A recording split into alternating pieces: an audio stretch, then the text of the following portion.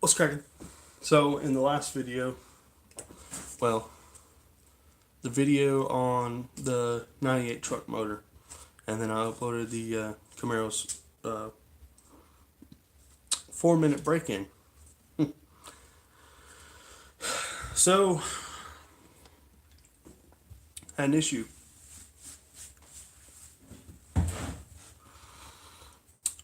The fan. Okay, so that '83 Z28 did not come with a electric fan from the factory for the early half of the year. It came with a clutch fan. So the second half of the year, late production of the year, they did start putting the electric fan that they used on the '84 Camaro. Well, I had an '84 Camaro. It was a parts car. So I robbed the fan, the wiring, just the plug for that. Um, and the fan shroud that held it and held the radiator in. So I put that in that car, and I wanted an electric fan because I didn't have the shroud to run the clutch fan.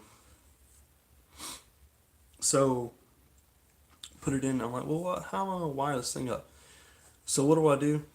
I go down to the parts store and I buy this relay set uh, that has a ignition on or AC on, has a fan. It has a temperature sensor that goes in the radiator, and it will kick on when it's supposed to. You might be seeing what I'm getting at. Nothing happened. No fan came on.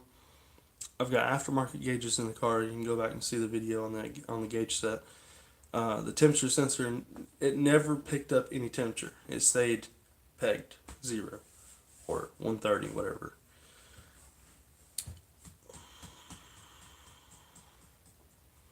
So I'm sitting in the car. I'm just watching the gauges and everything. I'm like, why is there not temperature? I was like, well, maybe it's taking a while to get warm.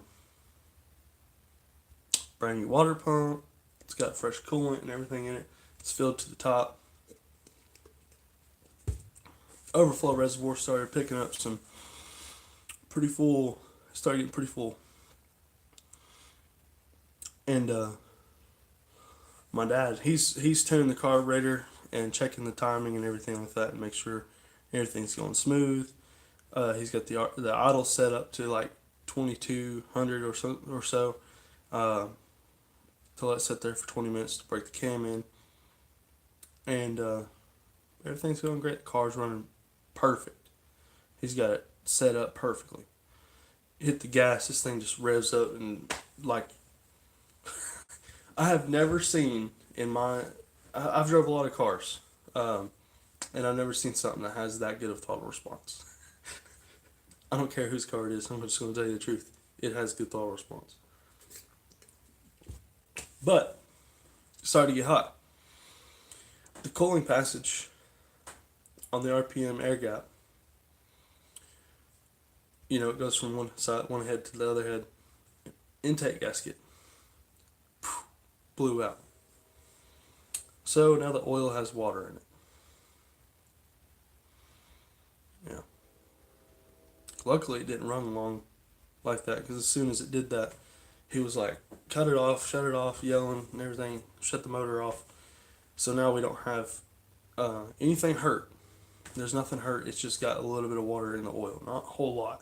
Um, enough, enough to worry about, enough to drain it out and change it, but not so much that you'd be like, oh my god, I gotta take the whole thing apart and change all the bearings and flush it out and clean it. No, it's not one of those cases. Um,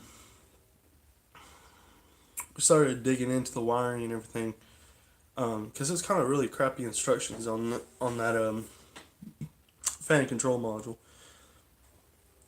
But I went and bought that very religiously to make sure that the fan was going to come on. On one of the fuse blocks for the hot side of the fan, there was no power on each side. oh, what the heck is going on with this thing? So we hook hot to, so if you have an AC condenser, there's a way of wiring in one of the wires for the fan control module to turn the fan on. So if your AC is on, your fan is on the entire time. I think so. So hook that up. Fan still didn't come on. I'm like, what the heck? Because it's hot enough for it to come on. It's got a sensor right there in the radiator. Testing all the stuff while it's still warm. Keys on, everything. It's in the run position, but the motor's not running. So I was like, what the heck is going on with this thing? I still got to fully diagnose what's really going on with it. If it's a bad fan control module, I did check all my powers and everything to the unit, and everything's good on that. It's getting power where it's supposed to. It's getting ground where it's supposed to. It's getting signal from the ignition. It's getting all that stuff. It's actually got a yellow wire that goes from the unit all the way into a power ignition on power in the uh, fuse block underneath the dash. So I started thinking. I was like, is that fan motor really bad? Because I started, we got power to it and everything. So I was like, man, is that fan motor really bad? Like, that just worked. So I'm starting to think we got a case of when I first put this motor in the car, I went to go fire it up, and it wasn't starting. I'm like, what the heck is going on? It's getting fuel. It's got everything, but spark. So I'm like, why does it not have spark? It's got a brand new distributor in it. Well, I say brand new, but it was one that came out of the '84 Camaro. So it was a brand new one that was put in that car, and then I got it. I drove it up on a trailer and drove it off the trailer, and I drove it down to town one time, and that's it. And then pulled the motor out of the car. The distributor's been sitting here since. And it was the same distributor what would originally be in the '83 Camaro anyway. So I figured, since it plugs in, wired it up, everything was perfect.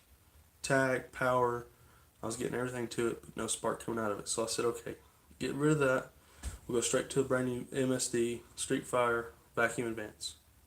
Perfect. So did that, got spark. Had an issue with the Edelbrock carburetor.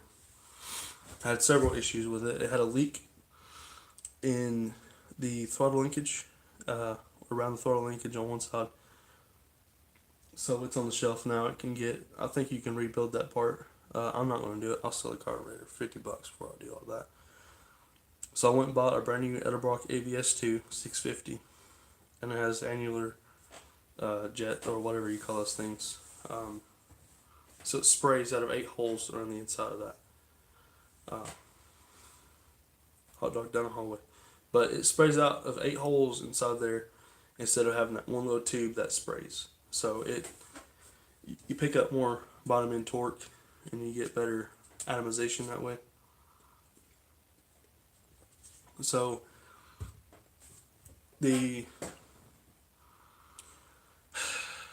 I'm gonna have to pull the intake off. I'm not even gonna full with the. I tightened down the intake. It did loosen up a little bit as it started getting warm, but I just went ahead.